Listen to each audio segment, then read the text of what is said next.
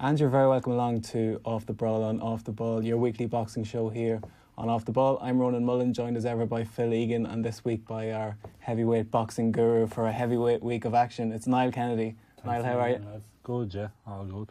It's a while since you were back in. We were recapping your unfortunate events over in Massachusetts, but how are things at the moment? Good, yeah, last procedure tomorrow, so hopefully we're back on the track. We were hoping to get out in December, but we had a relapse in training, so we've had to have 2 more procedures on the back, but the last one tomorrow, and then start rehab and try and get back at it. So I've been tipping away, I've been sparring and trying to maintain fitness, but not to the level that you'd be liking, alright. But so the hope now is get this sorted, a couple of days rest and back at it, and have a new strength and conditioner coming on board and try and come back bigger, faster, stronger, and one last throw at the roll of the dice, as to say. So are you thinking like springtime for a comeback? March 14th, I'm confirmed on the Paddy's Day bill in Boston, so it's been lucky for me. I won my first title on it, the mass title, back in 2017. So get back on that. It's always a big crowd, great atmosphere. So I'm sure you'll have noticed the heavyweight division is pretty exciting at the moment. Phil, are you pumped? I am. I was trying to think about the first Joshua and Ruiz Jr. fight and where it ranks and what's happened in 2019, because obviously we're coming to the end of the decade. Everyone's talking about their moments of the decade, but just looking at moments of the year, it's up there just for one of the great moments of the year. One of those wow moments where it was the same night. It was, granted, it was the early hours of the morning, but it was the same night as the Champions League final. Katie Taylor had just beaten Delphine Pursoon. You know, AJ was making his US debut, puts Ruiz Jr. down, and you think, yeah, this, like, AJ's announced himself stateside, and then things just escalated from there. It was unbelievable. It was just one of those moments when you're watching it.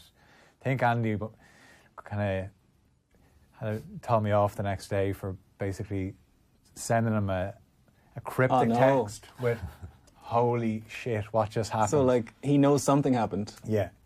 But no, it was crazy, absolutely. So it's hard not to be excited about this weekend because of what happened. Yeah, and we've loads of great contributors for what is a heavyweight week. Andy Lee, as you said, jet setting in California, so we'll hear from him. Former 2-time world champion Paulie Malignaggi's on the show. Eric Donovan was great last night. We'll play some of that. And Dennis Hogan, who has a big fight of his own this week, we're going to hear from him as well. But we may as well get stuck right into Joshua Ruiz, lads. And you mentioned the first fight already.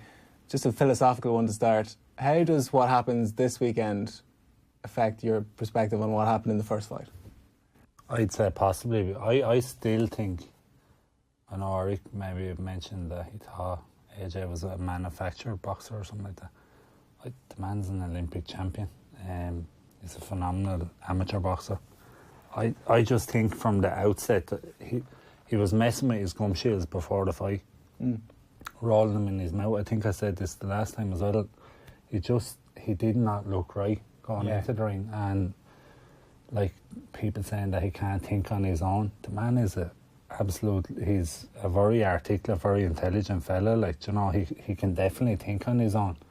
I just think there was a panic mode. Something had happened, and I think that all came from underestimating Ruiz. He was a replacement for Miller, and you know, I think he looked past him maybe. And I'm not saying that he's not that type of a person, but I think that could have happened, and Ruiz's appearance maybe filled into it and stuff like that. But this fight like this, I'm not saying it's make or break, because it's at the top level of heavyweight boxing, but the winner is the king, and well, the loser, if Joshua loses again, he's still making 80 million. Yeah, exactly. But the winner, like, that opens up everything. Do you know what I mean? For Ruiz, it's already changed his life, and it'll be interesting to see if it's the same hunger in Ruiz as it was the first day as well. Yeah, because just going back to the question, like in the mainstream, it's perceived that, you know, Joshua took it easy, Ruiz caught him on the hop. But like, since in the build-up to the fight, it's become more and more prevalent that people are picking Ruiz to do it again. So if Ruiz goes in and basically does the job again, or does a better job, we can't consider the first fight to be a fluke or an upset. It's like one of these is a better fighter than the other. Yeah, absolutely. No, I agree with you. And on the other side of the coin now is if Joshua stops him early, then people will discredit some of what Ruiz did in the first fight, and they'll say it was more down to a lack of focus from Joshua rather than brilliant performance from Ruiz, which it was a bit of both, I think, where Ruiz was put down for the first time in his career and he came out swinging and then turns the fight around. So, look what happened when Joshua was put down the first time in his career. He came back and he beat Klitschko. But just the way Ruiz reacted after getting knocked down, and it just listening to him in the build-up to this fight, he's saying, like, you know, it was a life-changing night, but it's just the start of it. He's saying all the right things, but whether he believes that or not. And it was a nice position for him to be in, where he was a late replacement, went in under the radar. Now he's going in as the champion. There's more pressure on him. There's pressure on Joshua as well, don't get me wrong, but I think maybe the defeat has completely sharpened the focus of Joshua. And yeah, he wouldn't admit probably that maybe in the aftermath of Saturday's fight, if Joshua wins, he might come out and say, look, I took this guy for granted the first time around. Or something happened. There was so many rumours about something happening in the changing room. Maybe something did happen, and to his credit, he didn't come out and make excuses. He took his loss like a man, like, you know. But it's like, it just sets up an unbelievable weekend. Yeah. It almost the feeling the night of the fight that it's almost as if Joshua took the defeat too well, from what I remember. Even when he was up on his feet and he got counted out, it was like he didn't really want to continue. And even afterwards, people criticised him for smiling in the ring after and saying he should be devastated. I'm sure he was devastated, but he probably didn't want to show it. They're saying he quit as well, and Ruiz said on the gloves are off. The gloves are off, that he felt that he quit. Ruiz said it with a big smile on his face. He's such a nice man. Never stop smiling. Yeah, he can't. Even when he's giving a dig, he's like really charming. Yeah. No, did he quit, or was there something wrong? Do you know what I mean? Like, there definitely, it wasn't, like, he got badly hurt against Dillian Whyte. Yeah. And recovered. And Klitschko. Yeah. And Klitschko. So his Lee Roddy don't have to be questioned, really, like, do you know what I mean? So, did he quit? I just think there was something massively wrong, and I think even if he loses this weekend, he might come out and say, better man won again, but the first day something happened. I personally don't think he loses. And you've had first-hand experience of him in the gym, Niall. Is he always switched on? What's he like as a trainer? I was over in Sheffield and I was on my own, and I was early the second day for sparring because I literally flew back and forth because the little lad was still in hospital. And we arrived, I was there. We were supposed to spar at 1 o'clock. I was in the Centre of Excellence or whatever it is in Sheffield. I was there at 11:30. I wandered up to the gym just to have a look at it, sort of get me bearings of the place, and here he was taping up already and stretching him on. And like, he's meticulous. He is a gentleman. Ruiz comes across as a gentleman, like, but as a trainer, like, what he goes to every length, like, you know. And he's after, in that gloves are off, like he said, that he got the option of changing trainers, starting everything afresh again, or adding to what he had, and that's what he's done. He's brought in Angelo, I can't think of his name, Fernandez, something like that. He's a pads man from London. Everyone's raving about him. He has small heavyweights in. He brought in a lad, Mayhem Motum, from America. He's carbon copy of Ruiz in size now. Ability wise is different. Like, I think people forget, like, Ruiz was probably robbed by Parker, like. Yeah. Well, it was very close, but I thought a lot of people thought Ruiz won that fight. And technically he felt he was an unbeaten fighter going into that fight. As an amateur, I think he only ever lost 5 fights. You know, so he's a high level, but questioning, I've never seen Ruiz train, but I couldn't question AJ's preparations. Like, he's meticulous. And you mentioned McCracken, and that was a huge storyline. I think, in fairness, I did say it after the fight that I wasn't that impressed with McCracken's instructions. He was giving him quite basic instructions, and he should have been given him more specific things to get him out of trouble. And a lot of people have been making fun of Joshua that he needed to know what to do. But when you're in that fire, I can only imagine you need something to bail you out. And if your coach can give you a clear tactic to get you on the right road, it's a beneficial thing. So maybe there's a little bit of pressure on McCracken, I think, because make no bones about it, he was out-coached by Manny Robles on the night.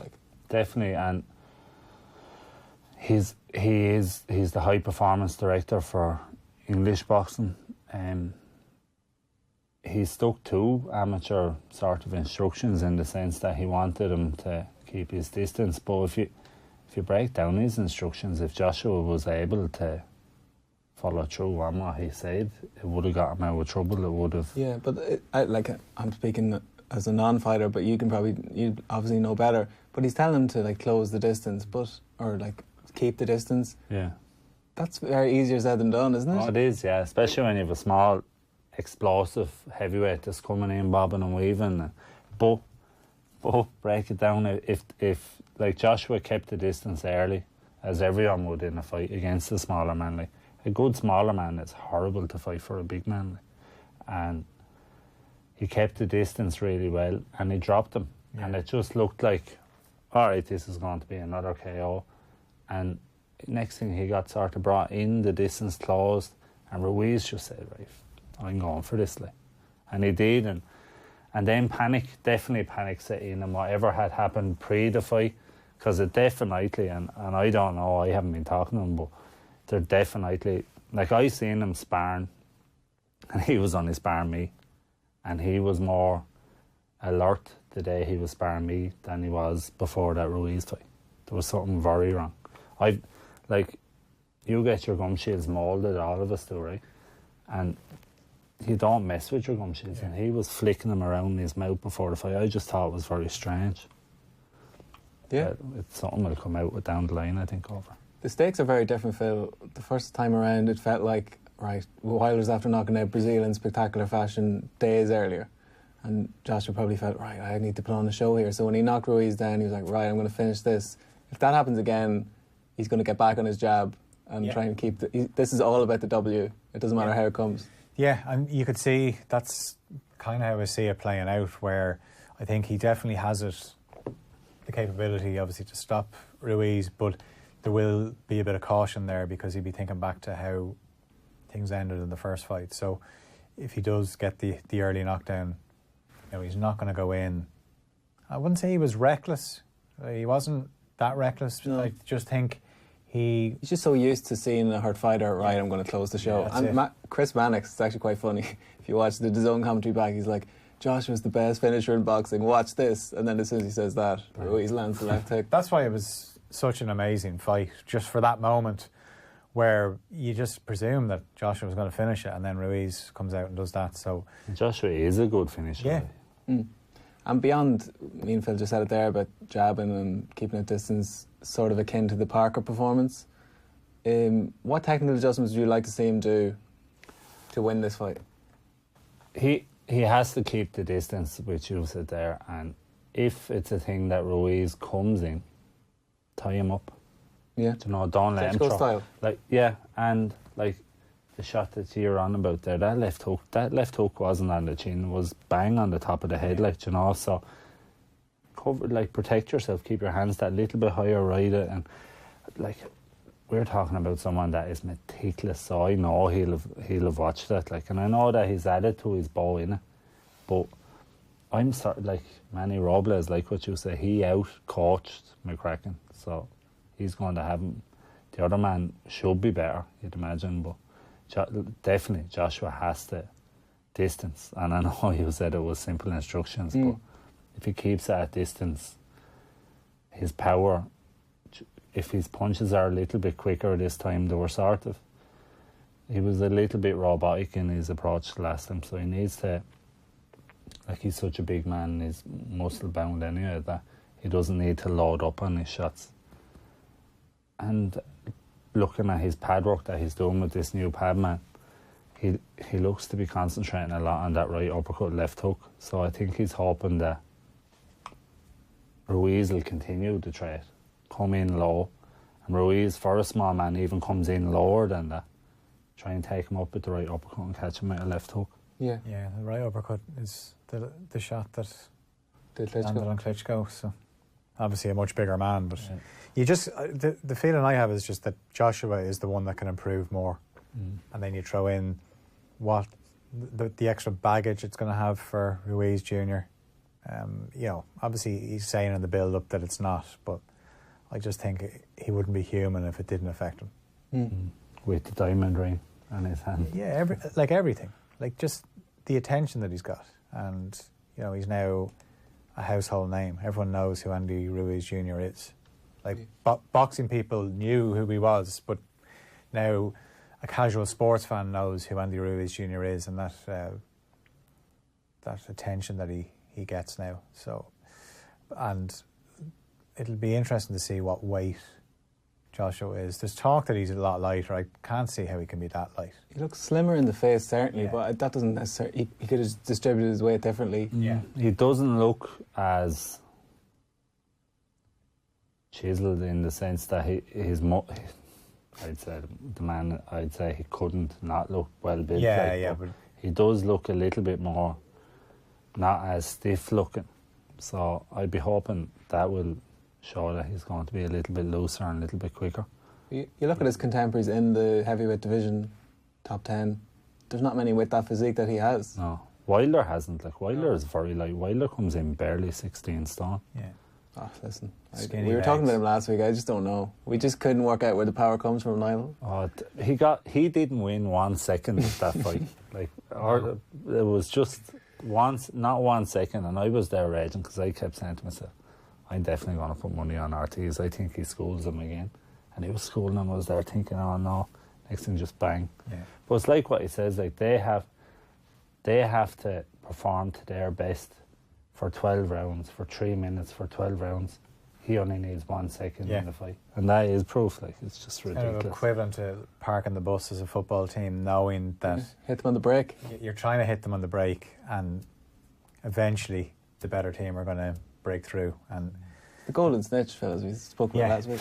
What was I going to say? So, you mentioned it's an interesting point because it seems to come up every week, Niall, about this shot on the temple or like scrambling your equilibrium. Like, can you kind of frame what that's like as opposed to taking a flush shot? Yeah, You'd actually prefer to take a normal shot, wouldn't you? a shot on the chin you can sort of see coming, but like I remember he won the super heavies actually in the amateurs this year. Kenny Ogabau, he caught me. I boxed him in a Leinster senior final the afternoon after my Christmas party with the guards, right? And I bet him, and I boxed him in an All-Ireland senior elite semi-final. And I'm not saying I took him for granted, but I bet him the morning after a Christmas party, thinking, right, I'll go in and box this lad. And like that, he caught me with a shot in the back of the head, and I felt fine, everything was clear, but my legs were gone. I got stopped and he won it, and he got better in the final, I think. But he, it's a shot to nothing that you can't really defend on unless you keep your hands really high. And it's like, you could have the best, I think, touch wood, I think I have a reasonable chin. But it's just that it's the only time that I've ever actually not known what was going on in a boxing ring. Like, you know, my head was clear, but my legs wouldn't do what my brain was telling it to do. Like, you know, it's a strange shot.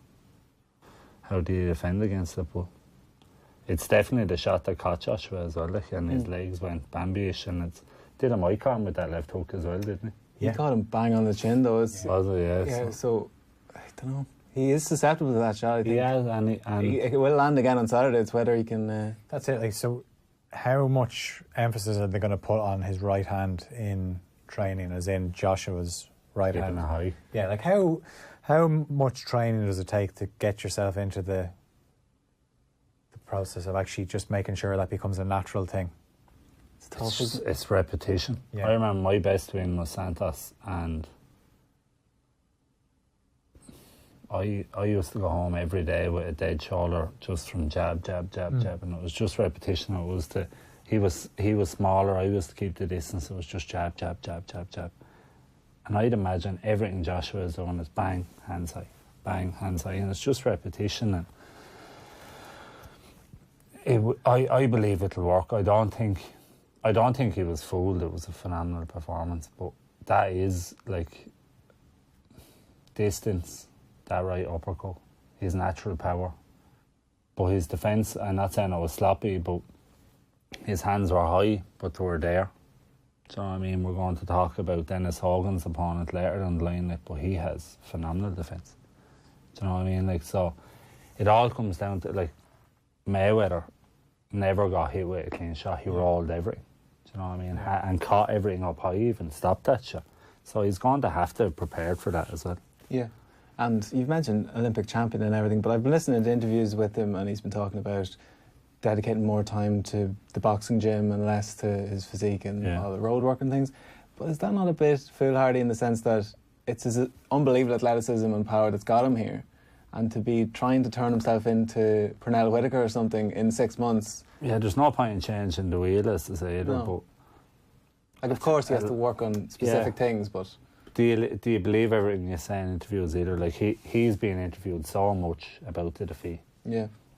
Like, he has to give a different answer the odd time, like, you know what I mean? So I'd say he's just there saying, I want to say this now. Yeah, like, but is there no harm in that, though? Trying to... Of course, but I'm just saying, like... upskill almost. Yeah, but... I don't think it's even upskill. I think what he meant by it is that he probably had concentrated too much on weightlifting, too much on... I'm not sure if he does a massive amount of road work, but he concentrated on a lot. Like, his physique is crazy, and he does look a little bit softer this time. So maybe, like, the way he said it actually is that in the gym and doing road work and then boxing, if you split him up and made him a part-time boxer, so that he's trying to be a full-time boxer now, but still doing the other things. So the only thing you're going to imagine that his fitness is better, but you're just going to have to pray that he hasn't fatigued now, that he hasn't overdone it, maybe in panic mode as well. Like, so. Yeah, it's such a fascinating fight. Like, he's talking about muscle memory, and he's never going to have the muscle memory of Andy Ruiz, who's boxing since he was 6, or Tyson Fury, who's boxing since he was out of the cot, basically. So I think he's got unbelievable attributes that those lads don't have, and he should be leaning on them more. His strength, like. Exactly. Like, you know, hammer the hammer, as people say, like, and if he does that, I think he'll win. But Ruiz, just the last point on this, there's so much, we could talk about it all day, but Ruiz, is he just going to come in and do the same thing again, Niall, or...? I think he only knows one way to fight, and I'm not saying that he's a naive boxer, but if you're fighting a big man, you can only really fight him one way, and the way he does it is phenomenal, so why would you change it? So they have a brilliant... Manny Robles they rave about him, like Michael Conlon all were out there with him. He was over the WSB team at the time, and he's a brilliant coach. Wasn't Jason with him for a while as well? I think the issue, and it's actually similar to McCracken, where he's so many fighters to handle that... That's why the lads came home, I think, as well. That's probably why it's no harm that Joshua got another one-on-one guy in to just do those little basics with. Exactly, yeah, but why would you change your style? His hands is what surprised so many people. The speed of them. Oh, he's such an exciting... Like, come what may, he's going to be a fixture in this division for the next 5 years anyway, so he's an exciting ingredient that we didn't have 12 months ago almost. So yeah, and also as well, if Joshua was to lose, people might think, oh, where does he go? Like, what does he do? But it just means he's under more pressure to take out one of the bigger names, even bigger than Ruiz Jr., that he might be pressured into taking on a Wilder or a Fury sooner than he wanted, which is great news for boxing fans. We get to see these fights. This time next week, I don't know what we're going to talk about. It could be the ring in Saudi Arabia, or it could be anything. That's a mad Mike pick. Goodall's doing that. Huh? Mike Goodall has put the ring in, so... No, we'll be fine then. We'll be fine. Absolutely fine. Like, there is a few little things, though. Come on, obviously 9 o'clock is going to be the start time for us watching. Straight after the Manchester derby. Yeah. Which is good. So... which is going to be more brutal. I don't know. I'm a Man United fan, so we won't talk about that. Then it's going to be about midnight local time, so they're saying it could be cold. Yeah, it's going to be breezy anyway, yeah. The atmosphere, what's the atmosphere going to be like? I'd say decent, because it's a small venue. You're not going to get your 80,000 Anthony Joshua screaming fans. You remember the Grove Smith fight where they were cheering every single punch, so it kind of be like a World Cup in a country that's not that familiar with football. So I don't know. it's something different. You know, whatever, but the ethics of fighting in Saudi Arabia, safe to say we're not on board with that, but this fight had to happen somewhere. Yeah, I mean, we are. I wasn't around, obviously, for the Rumble in the Jungle. Yeah. But financially, I think it's all financial, isn't it? The political motivations of Zaire around that time don't get brought up all that often now because the fight was so historic. So hopefully, I can imagine now in 25 years or 30 years, listen to a documentary about the Clash in the Dunes and Clash in the Dunes. By the way, if anyone has a better name for this show, that's a horrific name. That's not going to go down in the history or the annals of history, is it? No. Come on.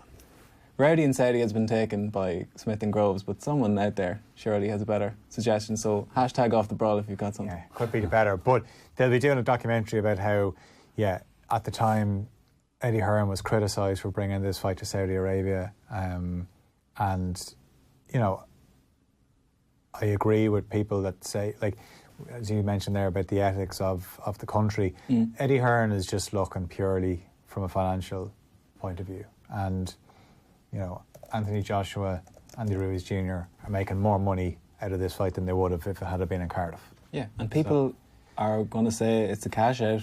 If Joshua doesn't win, he's got another, 80 million at least. So, and sport at the elite level, money talks. And boxers, listen, Saudi Arabia, I could talk about that as a whole other issue, but if anyone deserves to make as much money in any sport as possible, it's fighters who are putting their lives on the line for themselves and their families. So I'm not begrudging the lads getting any money from any way they can get it. I'll get predictions in a second. I think I kind of an inkling of what ways are leading. But Eric Donovan was on last night, and these were his thoughts, speaking to Joe on Off the Ball. If you look at the last 4 guys that Joshua has been in the ring with, Povetkin, Parker, Takam, Klitschko, you know, big men, you know, and next minute he's in against a small, you know, he's 6'2", you know. He's got a height advantage of 4 inches over him. He's got 4 inches of him, but like, it wouldn't be unusual either to be hurt in sparring. You know, it's heavyweight boxing. It's happened to him before, I'm sure. Yeah. You're going to get hurt. The point was maybe he'd been knocked out and he wasn't quite recovered. I heard the reports that he was knocked out as well, and if he was, then like that definitely would have some sort of an impact, maybe psychologically. Like, but I did notice from the very opening round, I thought the tactics from Ruiz were spot on. Joshua went straight onto the back foot, as he does anyway. He tries to, like, you know, keep it at arm's length. He wants to have a look. And the commentary team were kind of like, Joshua's just having a look at his guy, he's sizing him up. But I actually felt that Joshua wasn't in control from the opening round. Ruiz was in control. He was taking the centre of the ring and he was walking around. His boxing IQ was very, very high, Ruiz. He actually was orchestrating the fight. He had Joshua... He was more or less leading him around the ring. And this all expends energy. Joshua's on the back foot, you know, he's staying out of trouble, but he's on the back foot constantly. And what is it that Ruiz is orchestrating it. So orchestrating is an interesting word. What is it that Ruiz is doing that's enabling him to orchestrate it? He's intelligently, it's called aggressive intelligence, you know. He's being aggressive, and he's doing it in a very intelligent way by pressing, by forcing the initiative, but not expending energy. Okay. The person on the back foot is retreating, and they're having to think more. So they're expending more energy than the person on the front foot. And is Joshua regarded as an intelligent fighter in the same way? He is intelligent, but I don't think he's as intelligent in the kind of naturally born boxer like Tyson Fury or Ruiz. I would put Ruiz in the same bracket as Tyson Fury. They just have something you cannot teach. Where Joshua joined boxing, I think it was 18 years old, you know, so had a lot of attributes and abilities that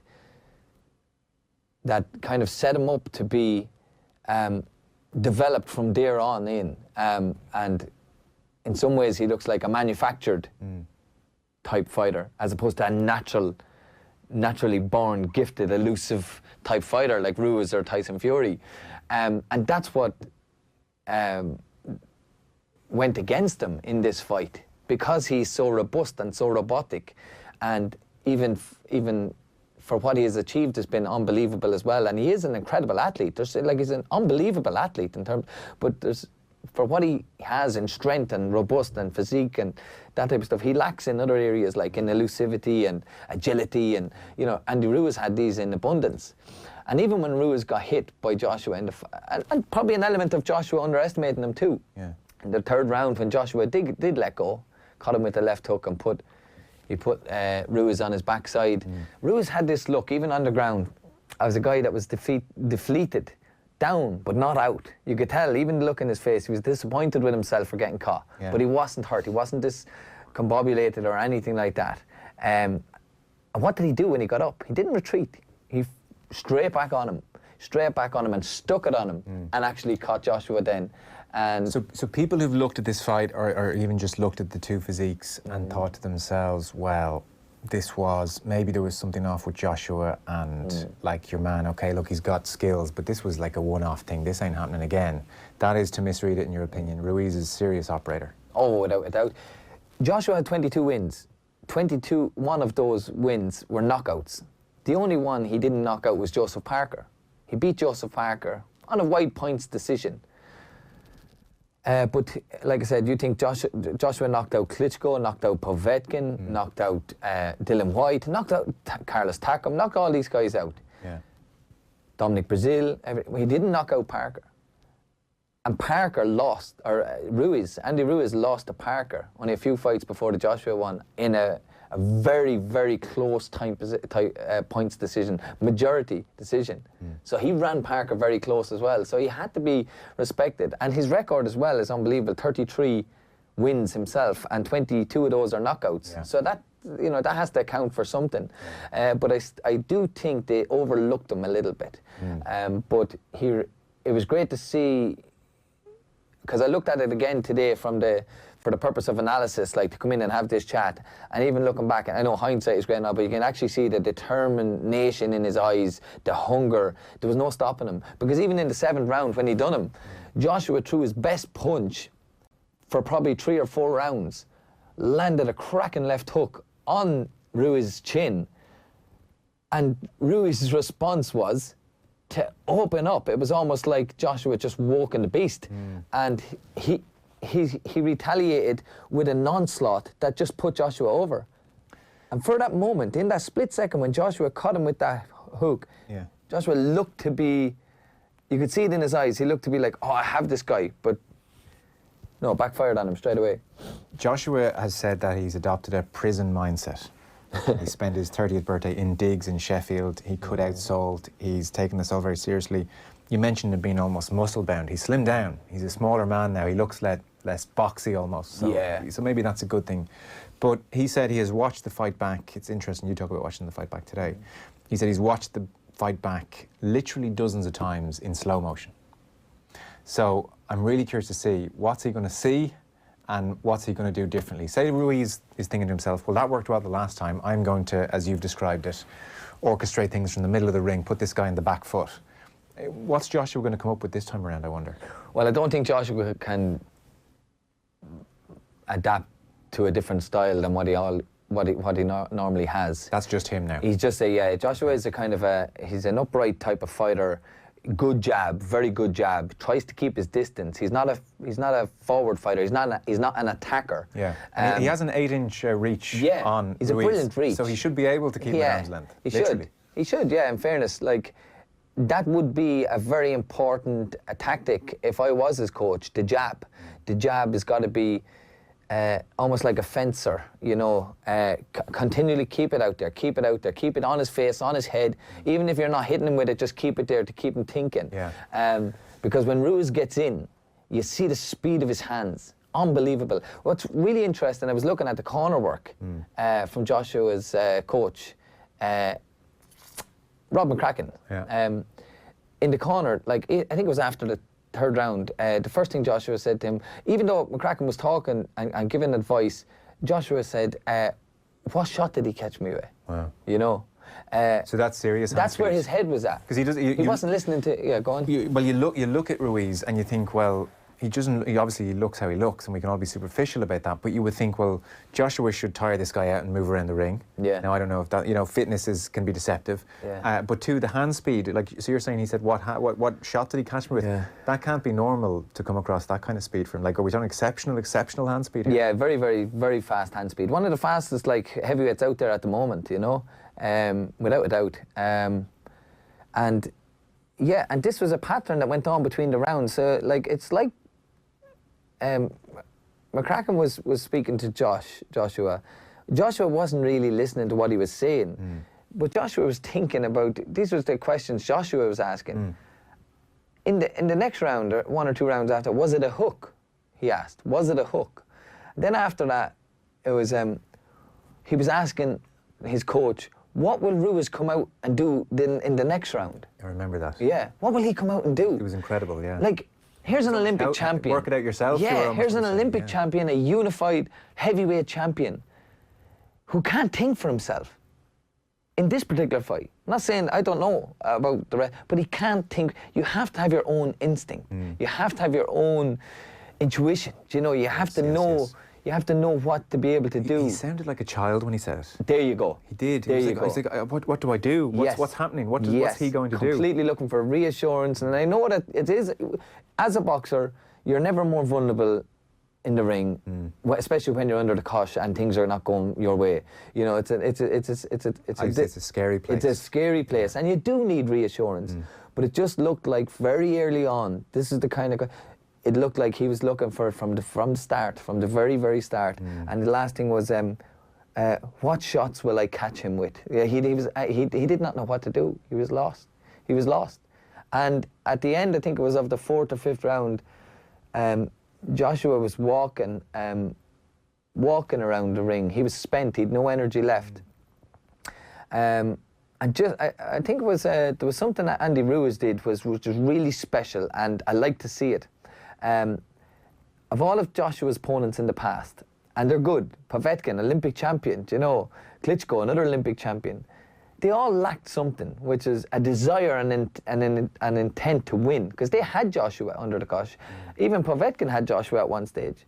Takam caused them trouble too, but they never showed any intent.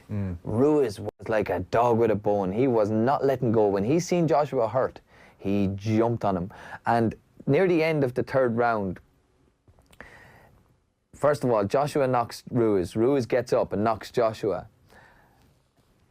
Things kind of settle down for a minute, and there's about 10 seconds left at the end of the 3rd round. And Ruiz portrays like he's had enough, he's going away for the bell. Joshua believes him, kind of lackadaisy himself, and Ruiz is in like a light and smacks him. This is brilliant. This is high level. This is, I talk about boxing IQ. This is clever. This is smart. And this shows how intelligent and how tactically sound Ruiz was, because he flattened Joshua at the end of that round. And that's kind of a fascinating picture you paint of the world heavyweight champion with 3 belts turning around to his coach and saying, what shots do I have to throw to catch him? So is it possible, in your opinion, for the coach to say, well, based on what I can see, I think if you throw right hook, feint first right hook, that will catch him? If as a boxer you don't see that yourself and you're just doing it almost in the blind faith of, well, I'm going to feint and throw the right hook, is it possible to really execute it properly then? Do you almost need to see the shot yourself to throw it? Or can he rely on his coach to go, do this, this and this, and that should work for you? Yeah, sometimes in the corner you just need simple instructions. Joshua's coach was trying to keep it simple. He was just trying to say, look, Joshua, we can win this fight. We can win this fight. We just have to stick to the simple. Get back to your jab, throw 1-2 every now and then. Back to your jab, 1-2. Now, there's nothing more simple than that. Very good advice. It's good enough advice, but at the same time, he was trying to show Joshua or tell Joshua that, that we can do this. Trying to get him to believe. That's your number one priority in the corner as well, is to get your boxer to believe. Because if your boxer doesn't believe, and at that time, it looked like Joshua didn't believe anymore. Yeah. And listening to you now, the quote from him of saying, I've watched this fight back dozens of times in slow motion, takes on an extra resonance. It's like he's trying to go back and see, wait, what happened? Yeah.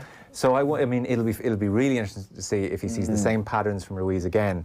Yeah. To get a prediction from you then, this sounds, look, Joshua's career is kind of on the line in some respects here.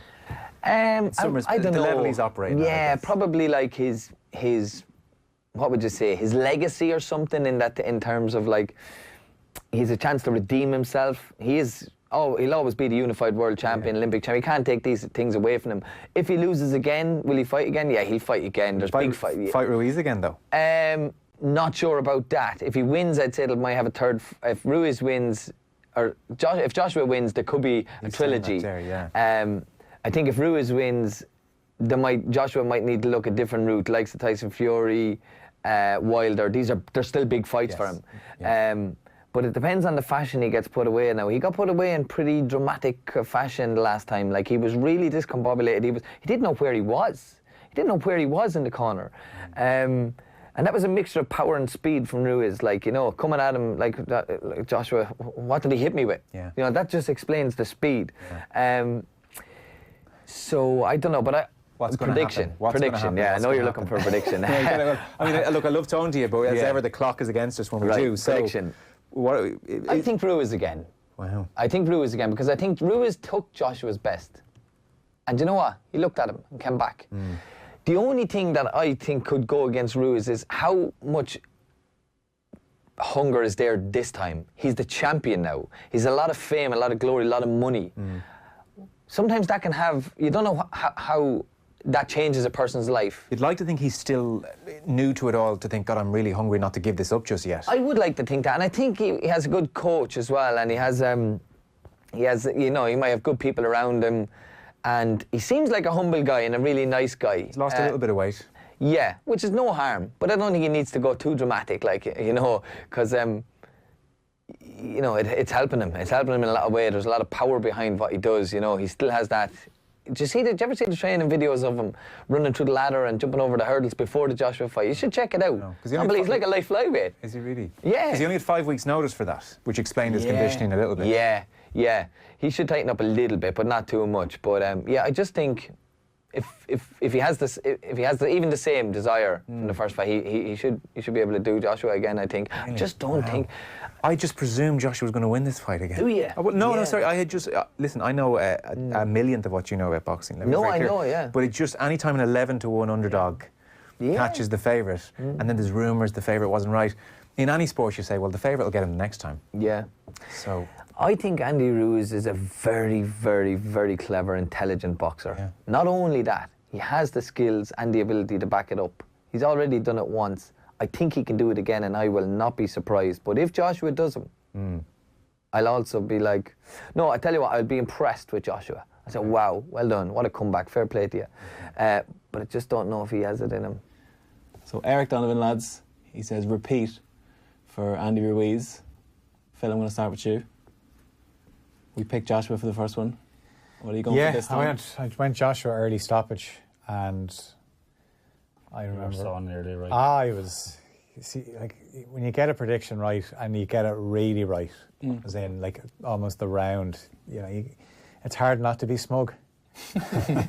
But then when obviously it turned, so I think, I don't know if he'll stop him early, because I think if the same thing happens, I don't think he'll go in the way he did.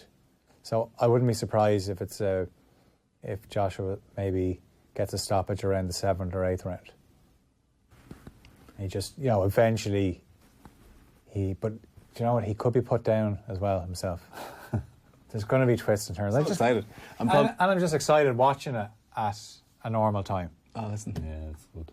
And not through one eye where you're trying to stay awake. Here, like that first fight in New York is honestly the craziest sporting event, because Katie Taylor had just fought, and that was enough to process at the time, because there's a Belgian journalist sitting beside me telling me that Pursoon was robbed, and I was like, shh, Josh is about to get knocked out here.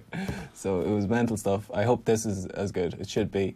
Niall Boom Boom Kennedy, so nail your colours to the mast here. What way are you going? I think Joshua wins it. I think late stoppage or points. It might be a bore fest, but he is going to try and get that W. There's no way, by the way. Absolutely no way. Ruiz on points? No? Points. No. No. Not having it. That ain't happening. No, it won't happen. It can't happen. I think it's going to be, we talk about this fight, weird amount, but Meldrick Taylor against Chavez, where if Joshua has him rattled at the end, the referee might just jump in. It could happen. There is going to be them factors. But yeah. Hopefully it won't come to that. No, I don't think so. And it shouldn't. But you're right, like Ruiz, I don't think he can win on points. He'd have to win a knockdown in every round, like, just to be safe.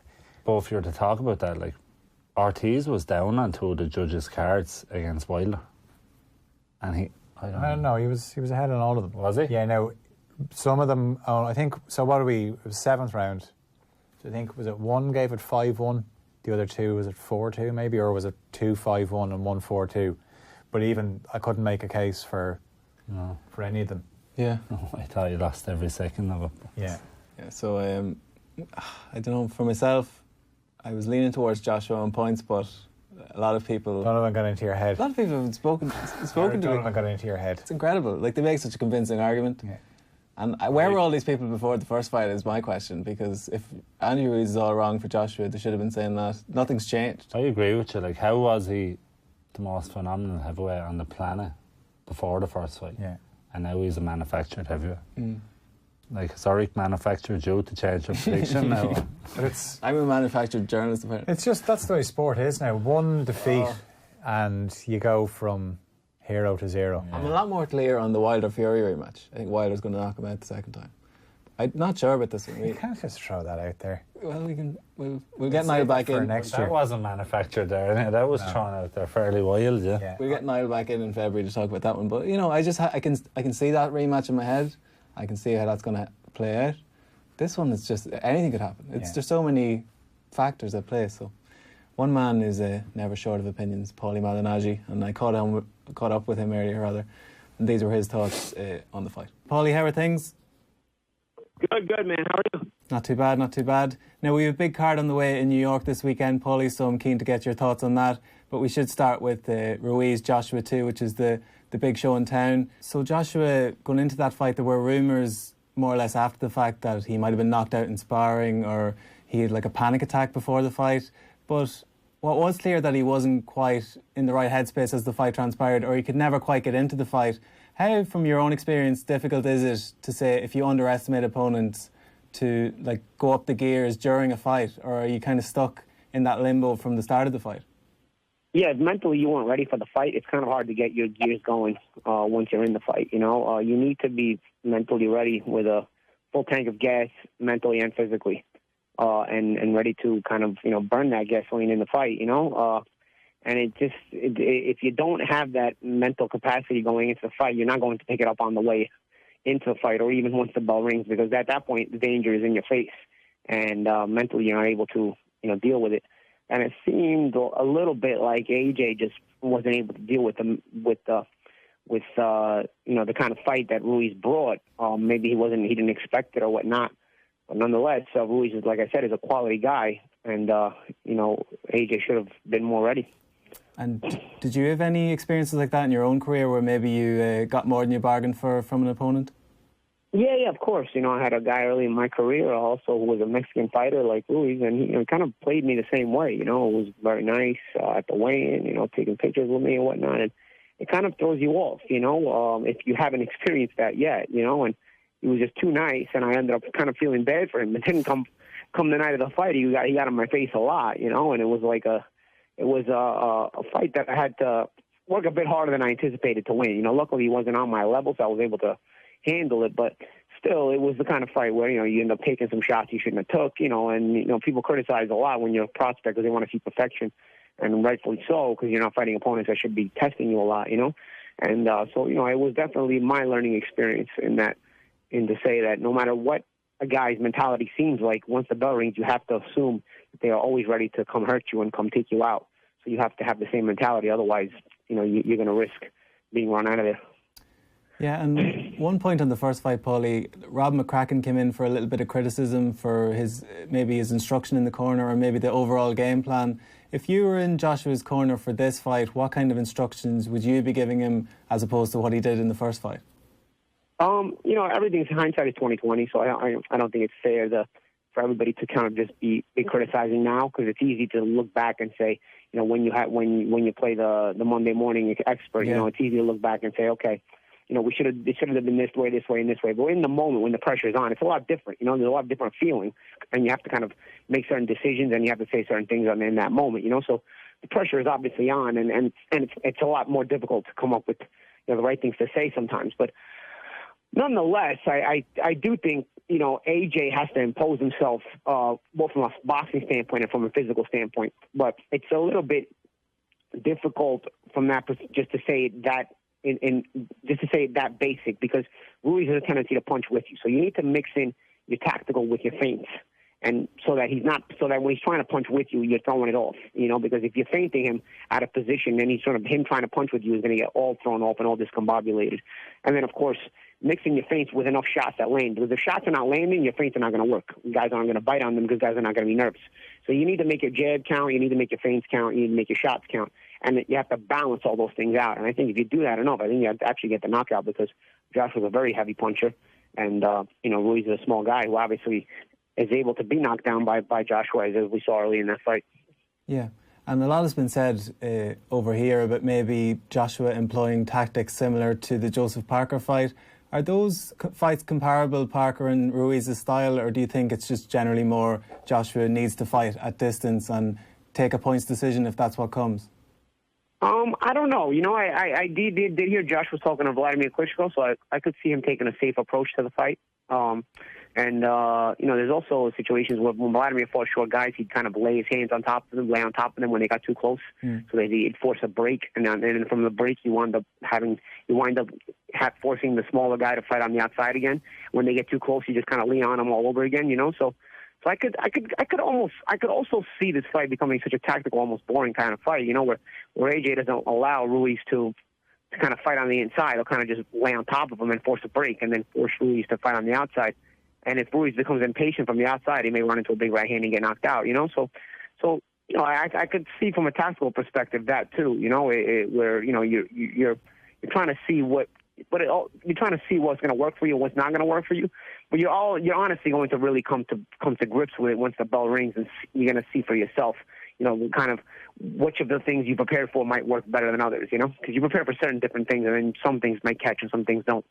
Yeah. And one thing Ruiz had on his side, and you've alluded to it already, he had the element of surprise that maybe those in the Joshua camp didn't quite take him seriously. That's gone now. Do you think that affects his mindset or his mental approach much going into this one? I don't think so, because fighters from Mexico tend to be very prideful in their fighting ability, in fighting for their culture, for their race. So I think that always comes in the ring with you when you're a Mexican fighter. There's that pride, that machismo. So I don't think the element of surprise is something, even though he can't rely on it this time, I think it's always superseded by the pride in your culture. And the pride in your culture comes from all the great fighters that come from that culture in the past. So I think as Mexican fighters, the reason they're always able to charge themselves up is because they can always think of themselves as the next guy in a line of great fighters from that heritage. So he's always got that in his locker. He can always say, I'm a Mexican fighter. Doesn't matter if this guy is great or not, I'm here to fight, and doesn't matter if this guy knows I'm not going to surprise him this time, I'm here to fight. So I expect a motivated Ruiz. Regardless of anything, I don't think him not being able to surprise Joshua is going to affect his mindset.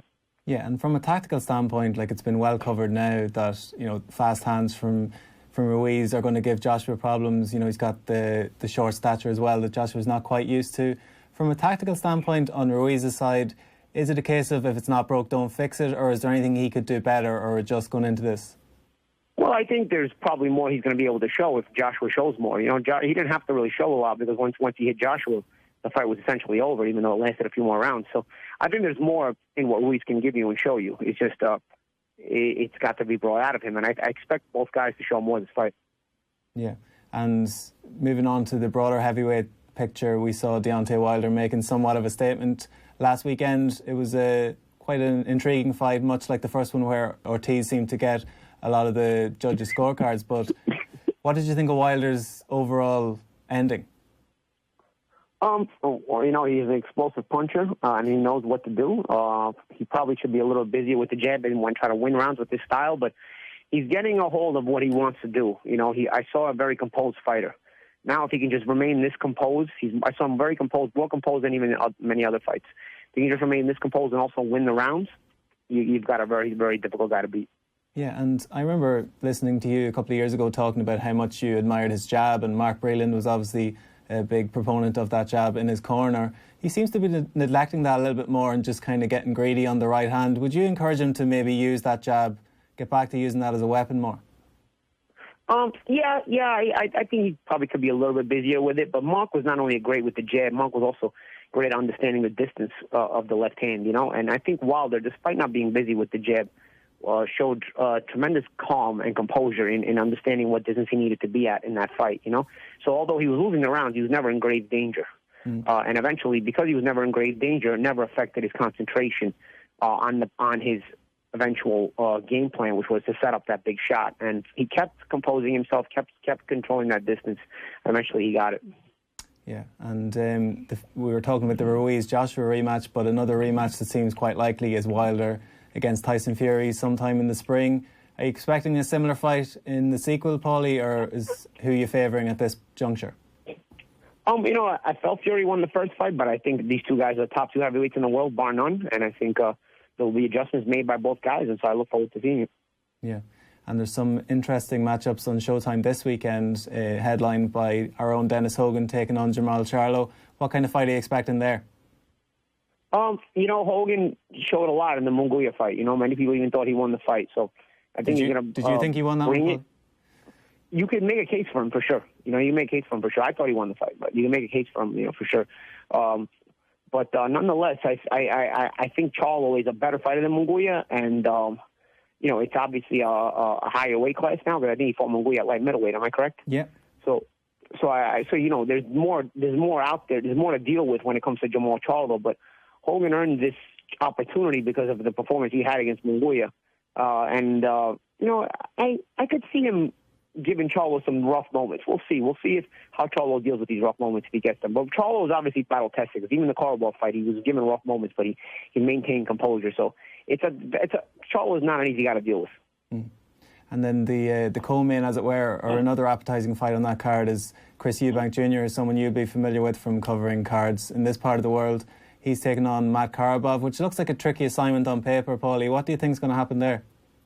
It's a really, really tricky fight because Karabov is not to be underestimated.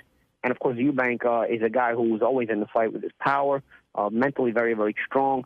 I think it's a tricky fight. I think that's probably that might take the best action of the night, that fight, We'll see.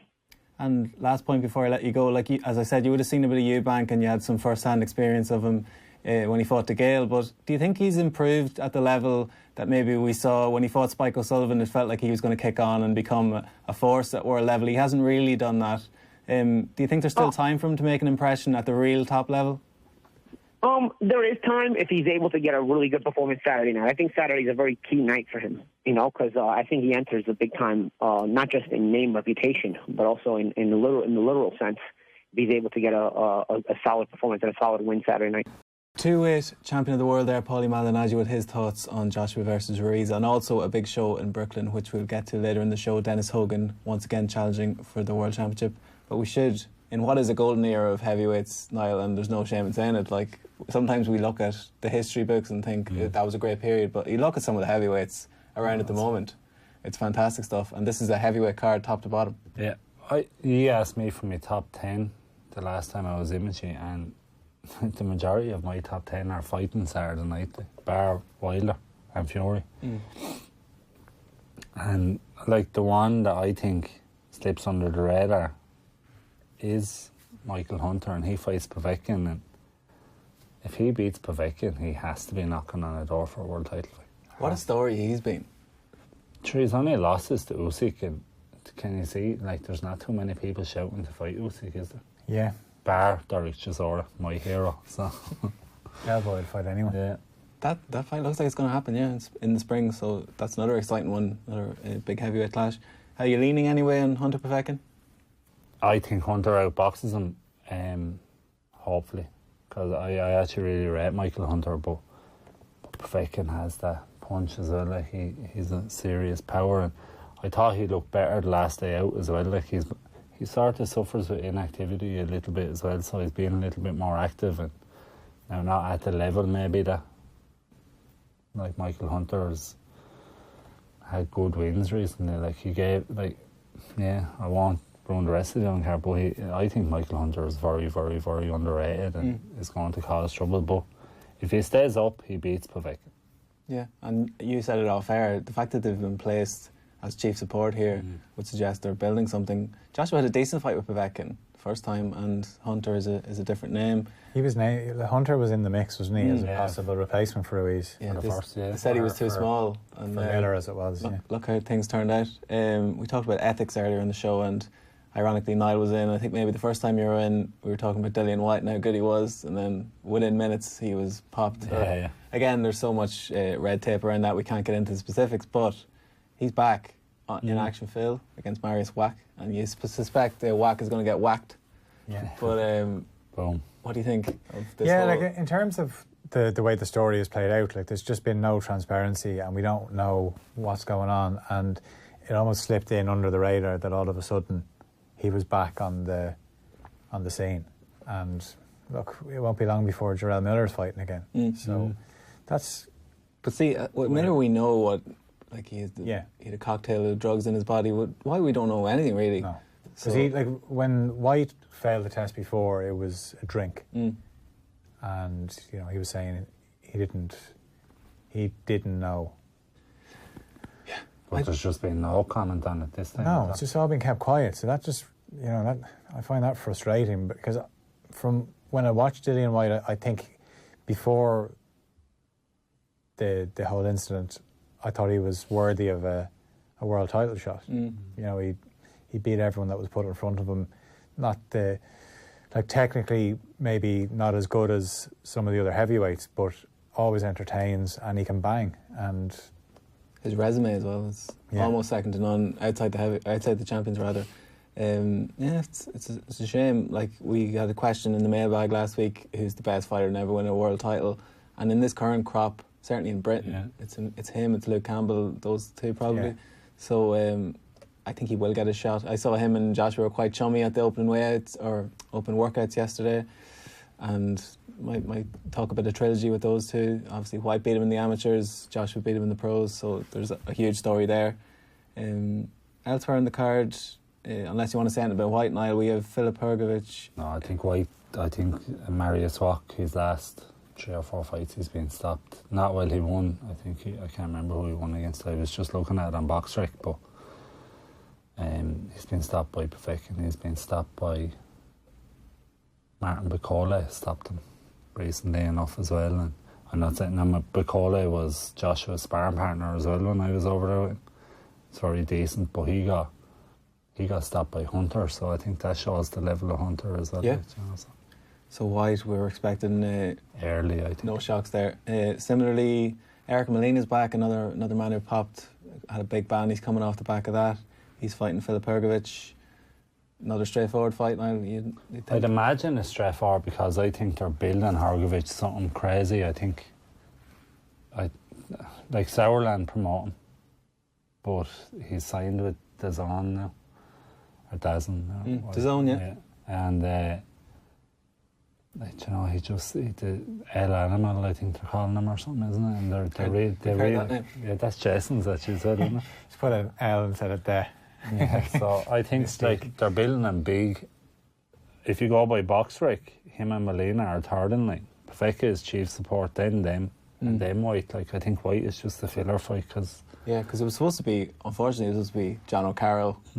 Scott Quigley, and I would probably have been over there if he was on the card, so it's a shame. But here we are, and it's a huge heavyweight card. And but Molina in the open workouts, and I know he's had that ban, but he looked trim in the open workouts. He looked fit. So Turner brought Hrgović to this, and Sean Turner did. And I remember talking to Sean. Sean got that short notice. He got 5 weeks notice, and wasn't even at his fittest. So, and he went the distance with him, went 8 rounds. So it's interesting to see, Hrgović hasn't been clipped as a heavyweight yet either, and I don't think Molina is the man to do it now. I think he'll be stopped alright, but it'll be interesting to see if he does get hit. Has he itching? And all the exotic names on this card, and Tom Little is in amongst them. Niall against Majidov. It's an 8-rounder. Should be competitive, or at least action filled, I would have thought. He's an Azerbaijani, Majidov, and he's only after being signed by DAZN and Matchroom, I think. So for him to get on this card shows that they have intentions behind him anyway. Yeah. To But they have every heavyweight bar Wilder, I think, don't they? So. Yeah, and Fury as well. And so Fury, yeah, they're trying to. There's talk of a PBC belt with Al Heyman trying to get his own belts and try to do away with the WBO and all this kind of stuff. So I'm sure DAZN are having similar thoughts. That would get messy. Yeah. You need more belts. That's exactly it. Yeah. So that, to be fair, that is a fantastic card in Saudi Arabia. In terms of the Irish boxing scene, also a big week starting tomorrow with Jason Quigley. He's now, of course, cornered by off the Brawl zone Andy Lee, and Andy caught up with Owen Sheehan on this morning's OTB AM. Yeah, Jason's ready now. We just finished our last session. It's like 10:30 a.m. p.m. here. So we finished our last session earlier on, and he's in great form, underweight, and just ready to fight now. What does the last session involve? It's low intensity, more of a sweat out. Rehearsing the things, technique, keep the technique right. Mentally, just finally drill the last few things, but at a low intensity, just so where he's sweating and just that's all. Like the day before yesterday, we had our last really hard, intense session. But yeah, he's sharp. He should put in a good performance. Would this be the stage of the week? Would there be a point in the week when you would realise if there wasn't sharpness there? I think this kind of feeds into the conversation we're going to have later on with Anthony Joshua. If there is something wrong that the audience can sometimes be shocked with, I presume the coach can spot it during the week before he actually gets into the ring. Well, I was like, Jason came over here on Thursday of last week. I didn't get over here until Sunday night because I had commitments with commentary for Frampton's fight. And he trained every day when he was here, but even in those spaces, a few days when I wasn't here, I could see he picked up little things that kind of bad habits that he'd had before. Right. Started to creep in, so just had to iron those out and get him back on form. And towards the end of the first session we did, he was back sharp. And then the day before yesterday, he was flying, absolutely smashing the pads, and everything was perfect, fully focused. And then today was just a complete sweat out and a mental rehearsal more than a physical exertion, you know. So yeah, like easy, take your eye off the ball and let the old bad habits creep back in. I presume those bad habits are something that, as a fighter, you don't necessarily spot yourself. You just kind of need your coach or somebody on the outside to actually spot them. I think so, yeah. I think when you're in there, you feel comfortable, you feel good, but take someone. It's even like a small thing, like keeping his shoulders loose. And with Jason, with his front foot, he'll step with his heel instead of his toe. And that's something, when you're in there and everything else, like the punches you're throwing and the punches that come back at you and where you're moving. And small little things like that, they're easy to go under the radar and you let slip, you know. So all those small details you have to keep reminding him, and he'll Jason recognises it as soon as I say it. I don't even have to finish the sentence, and he knows he's already doing it. Right. Abraham Cordero is the opponent. It's live in DAZN tomorrow night. Is there kind of an expectancy that from Jason himself to put in a big performance? Is this an opponent that strikes any fear in him, or what's the picture going into tomorrow night's fight? It's a tough one for Jason, I think. Because he's coming back off a loss, and so your confidence is always low. But with that, there's pressure on him too to look good and to remind people how good he is. I've certainly said that to him. Like, it's important that you look good in this fight and that you put on a performance, a dominating performance. Corrado is tough. He's experienced. I don't think he'd pose much of a threat to Jason technically. But the question is how Jason can win the fight easy, but it's how he goes about doing it and how he looks while he's doing it is the question. And I think once he gets the first couple of rounds out of the way, he gets back in there, starts feeling better or good. I think he'd just go for the gears then. So yeah, I expect if he can reproduce what he does in the gym, he doesn't have any performance anxiety, then he should stop Corrado, or at least dominate him every round. Yeah, it helps hugely that he's been fighting over there for such a long time. He knows that the end of the game is not just to win these bouts, it is to win it in style, it is to get knockouts for the United States crowd.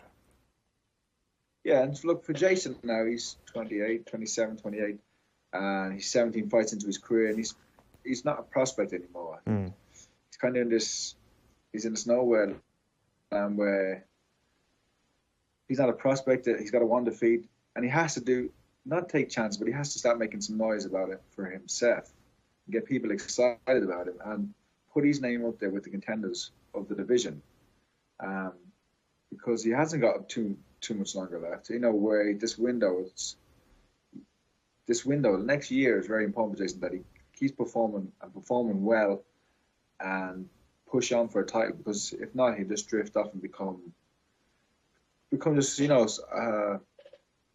not even a contender, but somebody who had potential but didn't make it, So it's a crucial time for his career. But saying that, if he does have a good performance tomorrow and then another one after that, people will be excited about him, because he has a lot of lot to offer. He's an exciting fighter at his best, and it won't be long before he will be knocking on the door again at a world title. That's the thing, the 160-pound division, huge challenges across the board, but also huge opportunities that it comes with. So, from just speaking to Jason a couple of times on the show, I know you guys have had him on Off the Brawl a bit more than I would have spoken to him. It just seems that he is the type of person who would thrive under that sort of pressure, who the bigger picture actually really means a lot to him and would drive him forward to a better performance tomorrow night. Yeah, he's so close, at this moment, when he lost to Torino Johnson, you think that, he's a million miles away, but he's not. He's only 2-3 fights away from being back where he was, and if not even better position than he was before the Johnson fight. And look at the champions of the division. Obviously, Canelo's the big one, Golovkin, Andrade. There's also a Golden Boy promoted fighter called Ryu Murata, who's an Olympian Japanese fighter who holds a title in his division. So that's a very easy fight to make for Jason, because it's the same promotion. So Jason's only 2-3 fights away, and he'd be challenging those guys. If Jason was fighting Murata tomorrow, I'd give Jason a good chance of beating him. Well, that's what we like to hear. We're going to get on to Joshua against Ruiz. Hopefully we will chat to yourself or Jason after a big win later on in the week. But we do want to chat about Joshua Ruiz 2.0 at this point. Almost the difficult second album from Anthony Ruiz going into this weekend. This is a situation where he's obviously been held up now as overnight one of the most famous boxers in the world. There's talks and there is signs of a physique change. Are you worried at all about his mindset going into this, about trying to follow this up when the stakes are a little bit higher? That's a good analogy, the second album, Maybe he's used all these hits on the first one, and now the record label is looking for a big for a big hit on the second one. But the question of his mentality, he was very hungry with the first one because he was unknown and didn't have any financial security. And when you give those things to a fighter, it can either excel you and raise you up and make you better, or it can have the opposite effect where you start to believe the hype.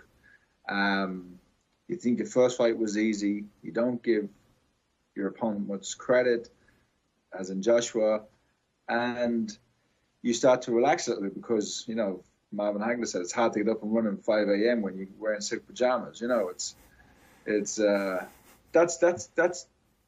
But he strikes me as a guy who, he doesn't kind of take anything, he takes it all in his stride, isn't he? He's very he doesn't seem to, the weight of the situation doesn't seem to affect him. He just seems pretty happy fella. And that's probably the right approach to have. But it's it's an intriguing fight. It's a really, really interesting fight, and obviously it's the biggest fight of the year, probably in a long time. In the heavyweight division, probably obviously we had Wilder and Fury last year, but this one involves a lot of the belts, all except one. So it's probably, I don't know, Tyson and Lewis back in whenever that was, 05, 04. That was the last in terms of global attention for a fight, a heavyweight fight. This is probably the biggest since that. And it's, in terms of it being a contest, it's very intriguing too, because we all know what happened the first time around. But who can make the adjustment? Can Joshua change? Can he fight a different fight? Will he be able to hold his nerve? Or will Ruiz just do the same thing? You know, it's an intriguing style, match of styles. It is. It's very, very intriguing stylistically. But even just to go back to that weight point, it seems that they've both changed a little bit. According to Eddie Hearn, there is a good bit of weight shed from Anthony Joshua at this point. Like, I know Hearn is obviously there to big up a fight always, but he said he was 17 stone 10 in the first fight, but he's much, much lighter now. I think he'll weigh in around 17 stone 2 pounds. He's not been pumping weights. He's been watching his diet, eating really clean. This camp has been 15 or 16 weeks, not 10 or 11 as normal. He's been sparring. I would say, Andy, that diet and eating really clean and sparring should probably be part of your camp, regardless of the stakes of a fight. Yeah, but it's sometimes there's so much emphasis put on the other aspects of boxing and they can take place. And true. In terms of jumping, and they've said he's taken down his jumping. He's kind of back to an old school way of training. And I think that would be very good for him because he hasn't got a lot of experience. You forget he's still learning. He's still started boxing late, won the Olympic heavyweight title. Really, when I don't know, like the Cuban probably beat him in the final. The finals were in London, the Olympics were in London, and they probably gave him the decision. And then he was propelled in his 17th fight. He fought for a world title.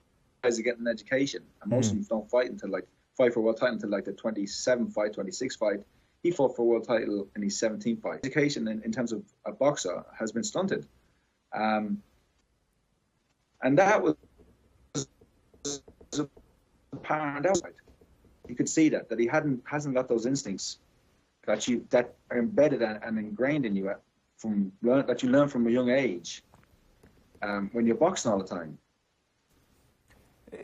I've had there's big some sort of controversy from people who don't know, but when Robin Cracken said, I knew my fighter was concussed in the corner when he talked about Joshua, and there was some, that was a quote that went around the world, like boxing, a fighter fighting concussed. But look, I've had fights like that myself where I've been knocked down, and it's not until 4 or 5 rounds later where you realise you're actually in a fight, but somehow you've gotten through the previous 5 rounds because you have instincts built up.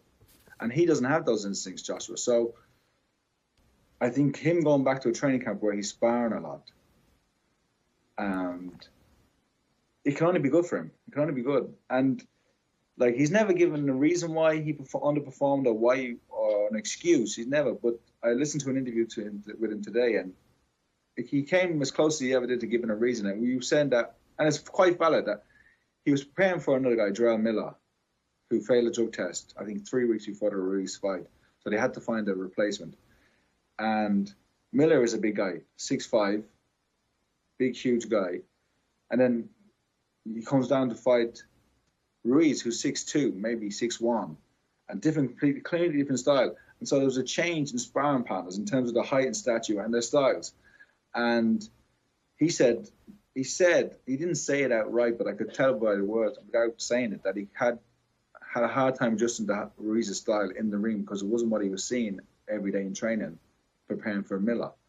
So this time he would have brought in sparring partners. I know they brought in Derek Chisora and other high quality sparring partners, and that will be a good thing for him. That will definitely be benefits to that. He looks smaller, he looks lighter, and he looks to me like a fella who's going to jab and box his way to that'll be his game plan.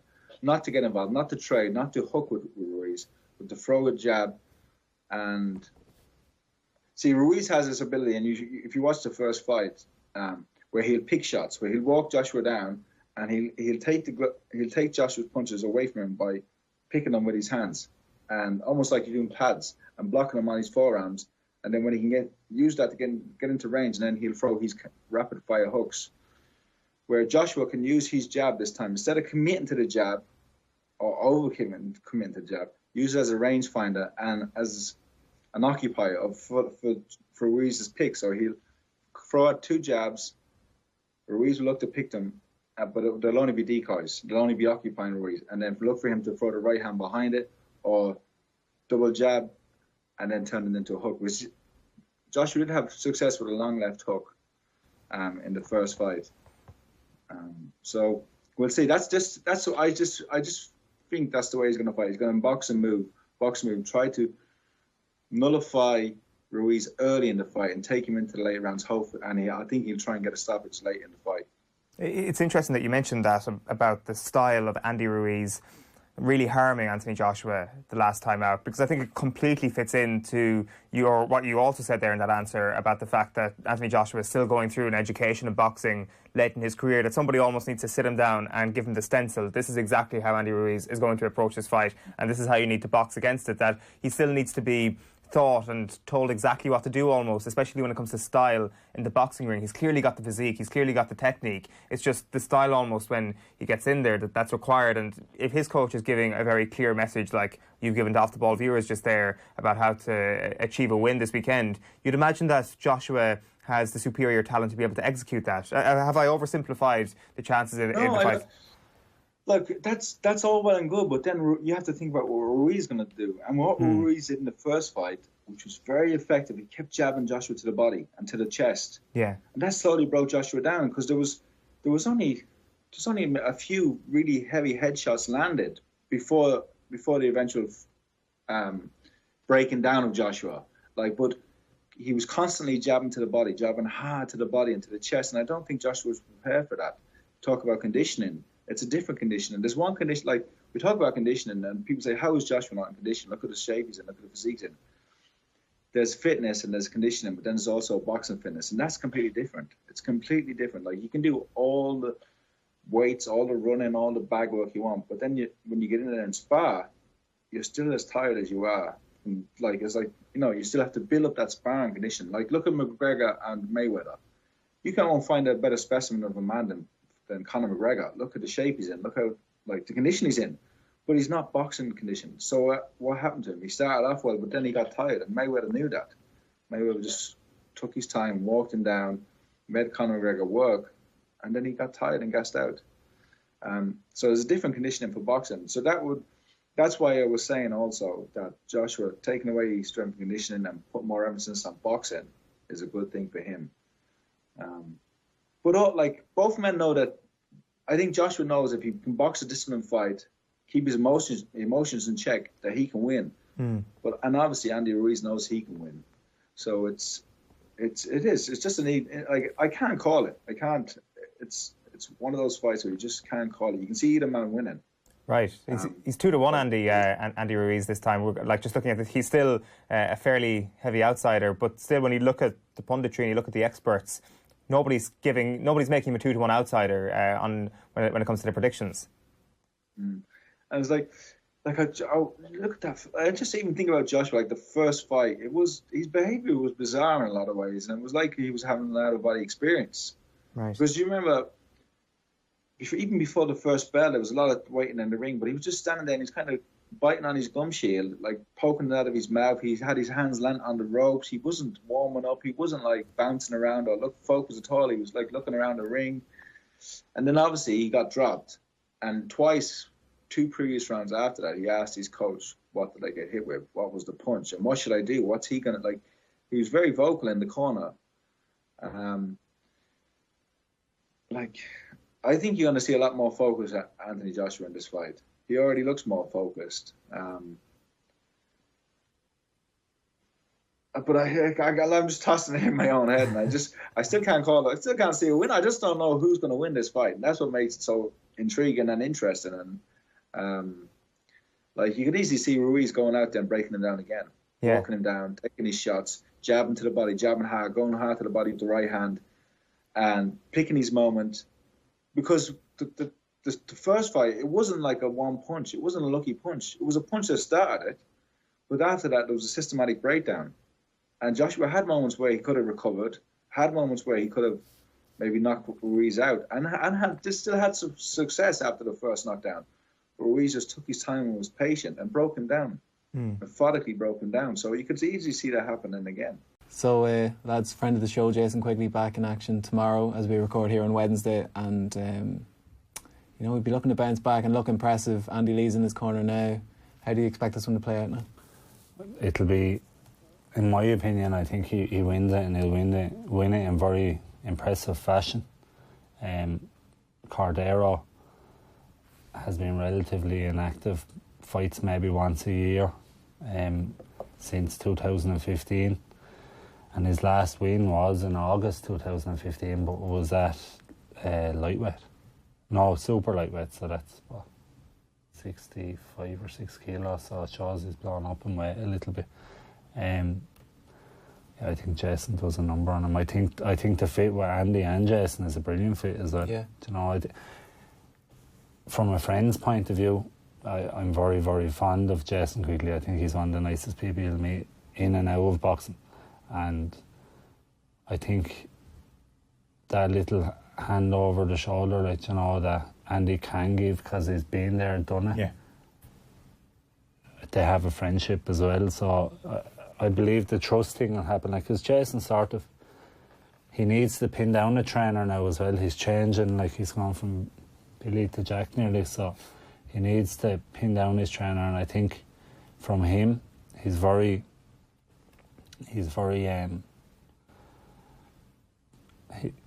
likes being at home. You know, he's in a long-term relationship with a lovely girl in Donegal, and like, the fate of just being in Ireland. Yeah. The dove now. I don't know. He's very proud Donegal man, but I think this just works better for him. Yeah. It's the whole golden boy thing, though.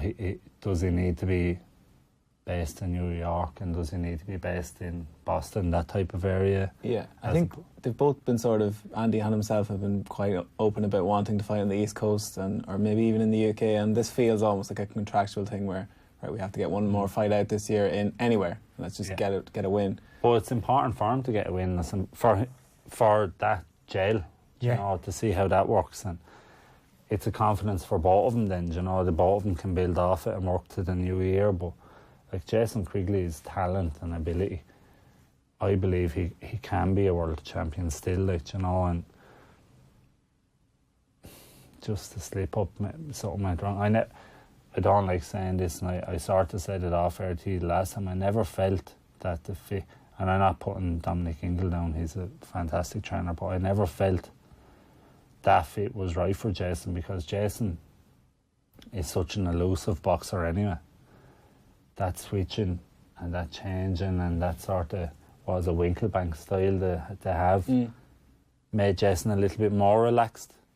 And the Torano Johnson fight then was just a little bit like Ruiz. He's just a bull, like. Yeah. So that relaxed approach wasn't, whereas Jason's such a phenomenal boxer, like, you know. So I think Andy will have schooled that, you know, don't go away from what you're really good at. And get back to it, and just he'll add to his bow as well. And yeah, because it's like what we were saying about Joshua, that like hammer the hammer with Quigley as well, where if you're a really good technical boxer, no frills, just really good on all the fundamentals, strip it back, just get in there and do it. And if you put it together, and another thing Andy always says, and you row in behind him, sure, that it's not the knockout punch that you're looking for, it's when you put stuff together. Andy is the greatest advocate of that. Like, you never really saw his knockout punches coming, and bang, they came. Yeah. So another thing about Andy, Phil, and Niall touched on it there, that Jason Quigley, one of the nicest guys in Irish sport, and as was Andy.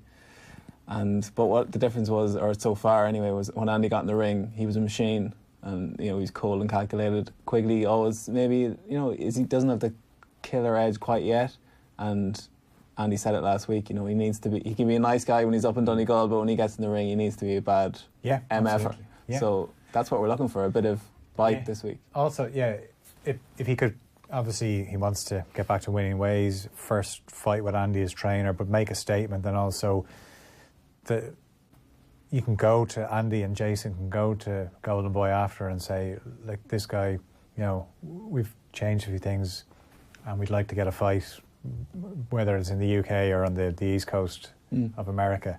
So obviously the more emphatic the performance, probably the better the negotiating chips are in this situation. But look, the most important thing is that he gets a win and he gets to try out all these things that they've worked on in the gym. Yeah. Now, don't have to try them all, but so that Jason come away from the fight saying, yeah, this stuff that we worked in the gym worked in the ring.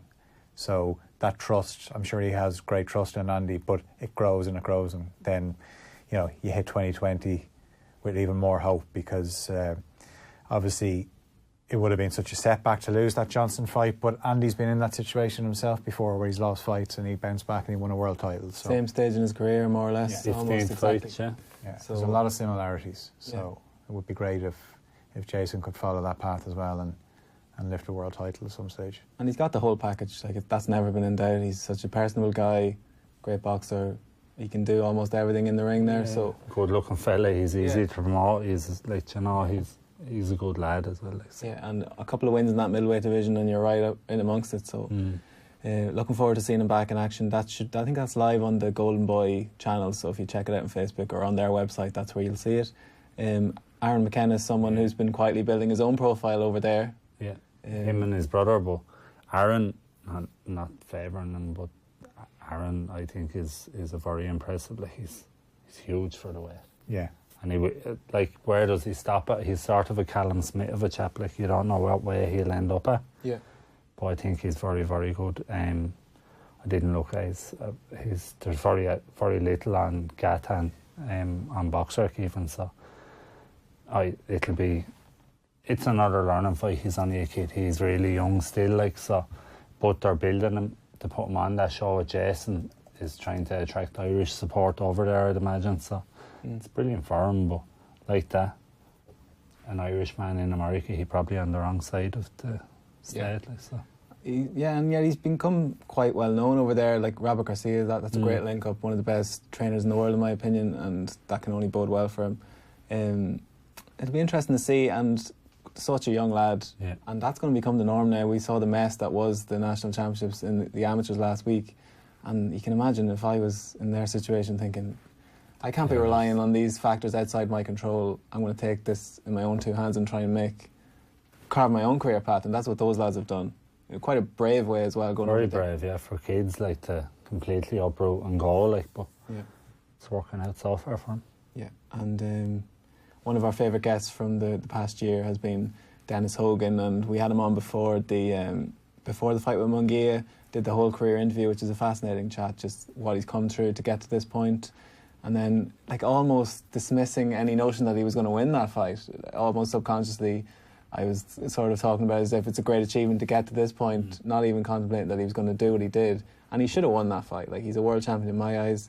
He gets another crack this weekend, and we caught up with Dennis on Off the Ball. Here he is speaking to Joe Malloy. So fight week is full of what? Nerves, excitement, a bit on edge. How are you feeling 3 days out?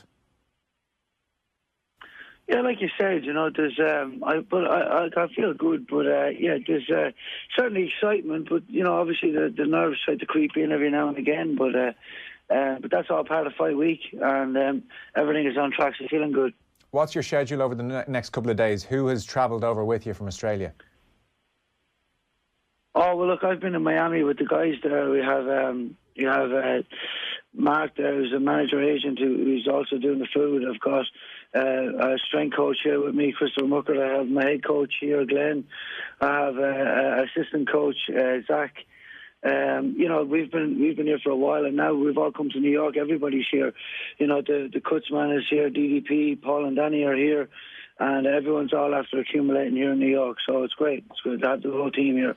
It's nice to have that entourage and people around and people to bounce off, as opposed to, I guess, too much time on your own.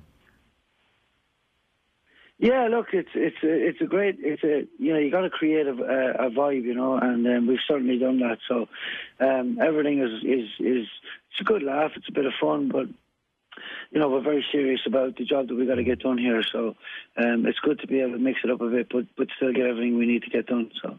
Dennis, obviously I think more and more people over here are increasingly aware of your career and what you're up to, and last April obviously there was the WBO World Light Middleweight title fight against Jamie Munguia in Mexico. You were a huge underdog in the neutral's eye for this fight, and yet, well, not just in your opinion, but in plenty of people's opinion, most people's opinion, you won that fight. Unfortunately, not the judge's opinion. Now, I know you were on talking to Nathan a couple of days after that fight.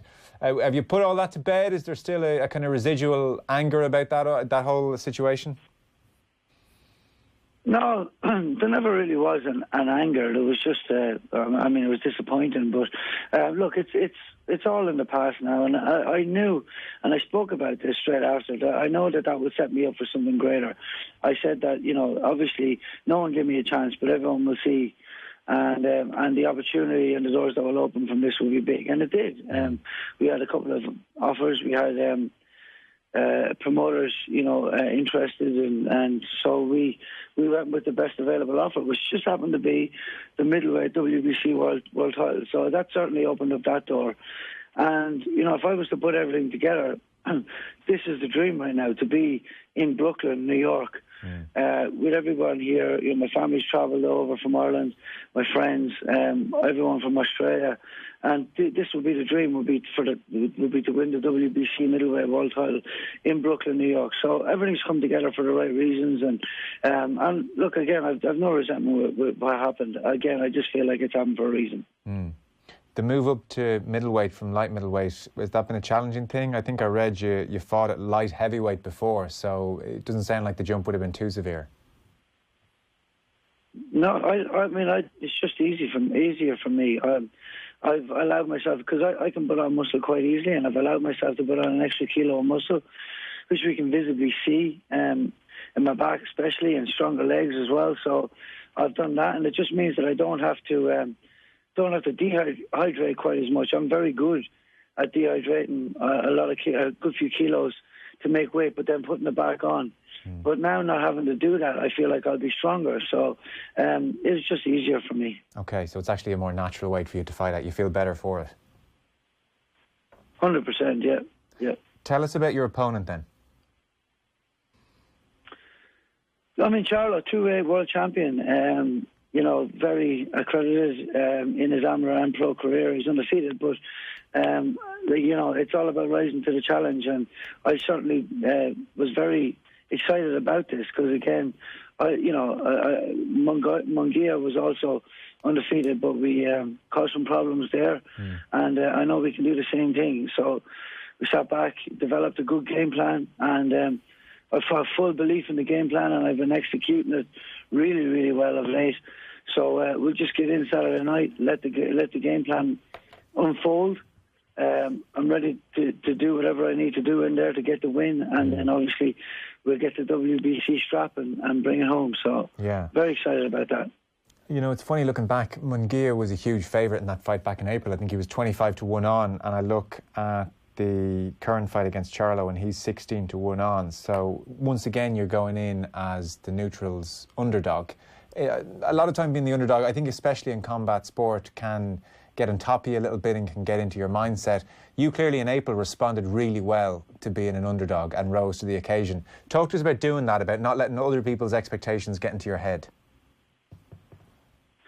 Yeah, look, I figured out a good few years ago that other people's opinions mean absolutely nothing. It's really all down to how you feel about yourself and what you know about yourself to be true. So I've done the work. I've done so many hours, 3 to 4 hours a day for the last 12 weeks at least, to be fit and ready for this fight. You work the game plan, you go over it meticulously and rigorously, and before you know it, you can't see any other outcome but to be able to do what you plan to do and what you need to do to win.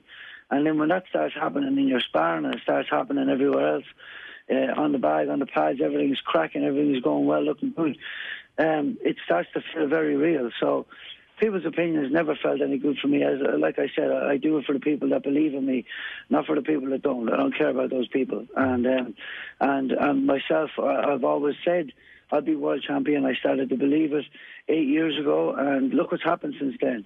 I shouldn't be where I am today, really, in terms of everyone's opinion. So I've got here. I'm ready to do what I need to do, and it's all good. Yeah, no, it certainly sounds it. I mean, people might listen to you and say, "Oh, you really kind of thought about doing this 8 years ago," and might think you're younger than you are. Like, you're 34 years old. It hasn't been a straightforward journey. Clearly, can you give people who maybe aren't as familiar with your story a sense of that, Dennis? Yeah. Okay. So I went professional. I think around 26 years of age.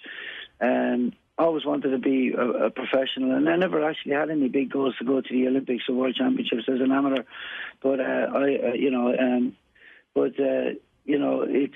I mean, at that stage, I wasn't doing the work anyway. So, but I knew that when I went professional, that I would go all in. That was, winning fights there and getting up as far as I could, and obviously the dream of being a world champion.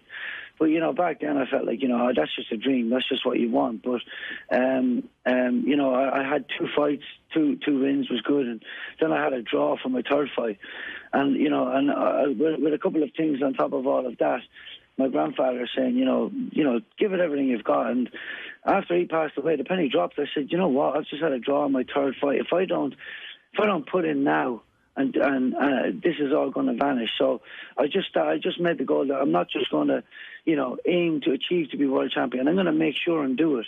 And I'm going to feel how it feels to be world champion. I'm going to make every decision I make off what would a world champion do. And from that point onwards, I just rose from strength to strength. Got on TV fighting, got some really good wins, kept winning a national title, then world ranked, and here I am today now, going for my 3rd world title fight, and the belief is strong, very, very strong. I mean, I had strong belief going to Mexico that I would be world champion, and that didn't change. Even though we didn't get the decision there, even in the interview, I knew that the opportunity would still be there. My goal is still wide open to achieve, and that I will achieve it. So after that happened, we chased the rematch, didn't get it. But I kept my head down and I kept training hard, because I knew my opportunity would arise again from what happened there. And lo and behold, it has. So I'm ready now to be world champion, and I really do feel like this is the time. Yeah. It's just it's exciting, but I'm focused, and I've gone to a whole new level in my training since the Munguia fight. So very excited about all of that. And the change in your mindset is that clear in your memory. It was the passing of your grandfather. That's what triggered it definitely in your head. You remember that moment? I remember that moment so well. Yeah, I do. Yeah, I mean, I think I've told the story a million times, but like I said, when you've got that goal to do well, and then you go ahead and you have a draw because you've been not doing everything right, and you've been living more of a party lifestyle at that exact time, and then when he passed away, those words just echoed in my head. So, give it everything you've got, and now that statement and a portrait of my grandfather is now tattooed onto my stomach, right under my heart. So that's what I've done the last 8 or 9 years, and that's what I continue to do until I hit all the goals that I've set. I've set some big goals in boxing, some big goals in life, and I'm chasing them with everything. I'm very, very passionate about those. Yeah. Just 2 last quick questions. Clearly, we're starting to get to know you a bit better over here. What's your profile like in Australia? I was reading that a couple of different Australian channels are coming over to New York with you. Yeah, I get great media coverage over in Australia, and I'm very, very thankful and grateful for it. But yeah, I mean, it's pretty big over there. The boxers that make it onto the world scene, that get brilliant coverage. So it's good. Yeah, it's great. I mean, I couldn't ask for any more, and I'd like to see all fighters, get that sort of coverage too. So hopefully that's something that, that sparks it. I know certainly boxing has risen in Australia the last few years, especially with my teammate Jeff beating Manny, and that kind of helped it. That definitely helped it a lot, and I'd be looking to emulate that as well with another world title, and keep the focus on the sport, on the sport that gives back so much to fighters and people in general, yeah, it'd be great to keep getting that exposure. Yeah, where are you living out there, Dennis?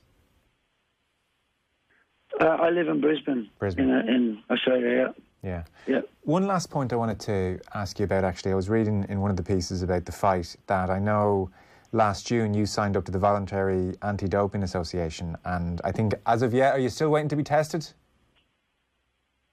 Yeah, I haven't been tested yet, no. Right. It's fight week now, so I don't really expect that I will be. I know I will be after the fight, I was told, but I mean, I don't really understand all these things, but It is what it is. Well, it's interesting you signed up, and I know your opponent was fined for missing a test as recently as last year, and I guess that is one of the things, without throwing suspicions over anyone, but that must be something that you can't dwell on or think about or let into your mindset as you try to prepare to win the fight. Or does it bother you? Is it a cause for concern?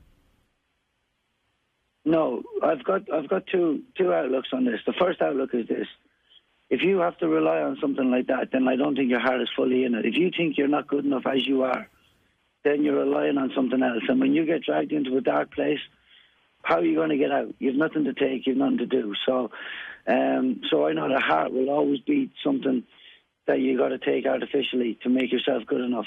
And number two, if I start to, again with the fight, so let's just say somebody is, and I arc up about it now, and someone's getting done, then I don't get this fight at all. Don't forget, this is a voluntary defence, not a mandatory. So if I arc up and then they are, then I don't get this fight. So that means everything else is all falls away, and the goal of being world champion is now put back by maybe a year or a couple of years, right? But then if they're not, well, then it's all good either way. So I got to look at the full spectrum of moving parts here and see what do I really want to do and say. And the thing about it is, again, like I said, I've got to where I am today believing that I'd be world champion, and that doesn't change. And I don't look at other outside situations. I just know I will be. So okay, well listen, you've been very good with your time, and I know it's a busy week for you. So Kildare's Dennis Hogan, you're fighting for a world middleweight title in the Barclays Centre in New York on Saturday. That is the big time. We wish you well. Good luck, Dennis. Thank you very much. Appreciate it. And you. So Dennis Hogan back in action this weekend against Jermall Charlo. That's Jermall with an A, and he is it's a fearsome proposition. We talked about Munguia and giving Dennis every chance off the back of that. We're never going to doubt him again, but this is a real handful. But what a stage in Brooklyn, headlining on Showtime. You know, he's gotten to this point on his own back, and as we said, we're not going to write him off, but this is a tough ask. It's a big ask. Charlo is impressive, very quick, keeps his hands extremely high. Everything's set up off the jab as well, and then loops that right hand, tries to loop. It throws is sort of weird actually, the way he throws his right hand, but when it lands it's destructive enough. But how can you, like, Dennis Hogan deserves like a chance with anybody now, do you know what I mean? And he's a phenomenal man, so his self-belief, he wouldn't have took this fight if he didn't think he'd win it, so that alone makes me think he'll win it. And we've spoken so much about his coach, like the game plan will be spot on. If he can execute it, he's going to be in with a really big shout. Phil, how do you think that's going to play out? When Dennis was saying he promised he'd come back with a world title into the studio, so I'm expecting big things. But I think, given the performance against Munguia, and I remember even the build-up to it, we all thought that he was just going to be beaten by the stronger boxer, but then got his tactics spot on. So, yeah, you almost have the same kind of feeling going into this fight, but then if Hogan was able to do that against Munguia, what's to stop him doing it again this weekend? Whether he can do enough, though, if it does go to the cards, to get that decision. Maybe sometimes these things work that you can be on the wrong end of a tight decision that you should have got, and then the next time out you get one. And you know, it's meant to be scored round by round, but judges, I'm sure, they cover so many fights that they probably know the backstory. Yeah. That Hogan's a bit more well known now after that fight as well, and that definitely counts in terms of judging. Yeah. That he's not the unknown as he was. That, like, then again, even if he was well known, was he ever getting that decision in Mexico?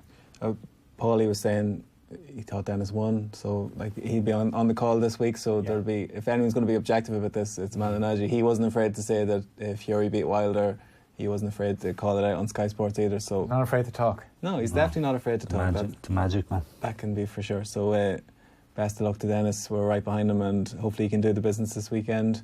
Before we go, should look back briefly at last weekend. The clock's against us, but Carl Frampton back after 11 months out, and you know, he said himself he felt like a retired fighter after the Warrington fight, and after what transpired in the last year with the ornament falling on his hand and all these setbacks, legal issues outside the ring, just to even get back in there and win it's a relief. And look, like his hand, he obviously still had, I think he's broke his hand again, but I think it was a phenomenal performance. Yeah. Boxed very well. Body shots were beautiful. Yeah. Really clever, phenomenal. I know we're stuck for time, so that's all I'll say. Anyway, it was brilliant. And McCreary, on paper, it was all wrong for Frampton. You know, like moving up, granted it wasn't all the way up to super feather, but catch weight and the dimensions looked to be in McCreary's favour. And it's always difficult, regardless of the level they're fighting at, to take someone's undefeated record. And he breezed through him. Like, it was a really impressive performance. Like, McCreary obviously hadn't done the rounds in the ring. And it's almost as if, you think back to the fights that Frampton has lost, and it's fighters that put you under extreme pressure. Yeah. And that didn't happen. So it was perfect for Frampton. He was able to, and also fighting a bigger man, he was even getting his jab in ahead of him. And once he got that, then, even the last round, Jamie Moore said to him, last round, enjoy it. I thought Jamie Moore, very impressed with Jamie Moore actually last week.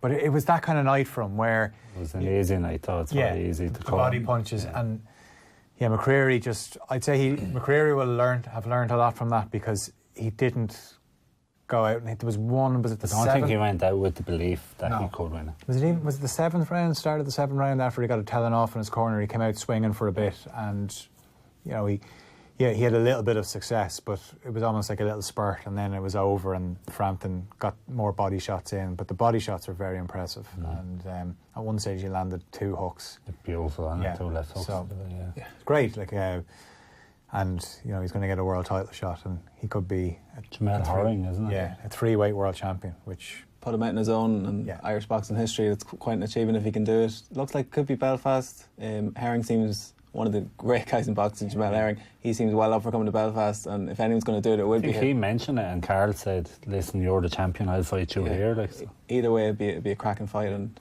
we'll preview that if and when it happens. Just before we wrap up here, Niall, we know you're going to be back in the springtime, all going well. Anything else in the Celtic Warriors? Spike has a big fight booked. Spike has a massive fight with Munguia in January, and after Dennis's performance, you'd have to believe with Spike's power that he could do it, but he's training very well. His main sparring partner is Craig O'Brien. Craig O'Brien will be announcing a massive fight on the You're excited for this? Yeah, on the next gen card in December 19th. I think it's the Thursday night card that they do. A title fight, a 10-round fight. The opponent, it'll be announced during the week, I think, and he's flying. Craig O'Brien is really going well, so it's a big win for him here. Sort of sets up something for him as well, which would be great, because a good guy and a massive story. He's a great story as well, so hopefully it works out for him. Yeah, people just need a break, and he's finally going to get the platform. And he's been raving about him. He's been sparring Paddy Donovan and Jason Quigley, so hopefully Craig can get this big break. Great, pleasure to have your company as ever, Niall. Thanks a million, Phil, as ever, and thanks to Tom for putting the show together. That's all for this week. Big weekend this week, and we'll be back to recap it on next week's show.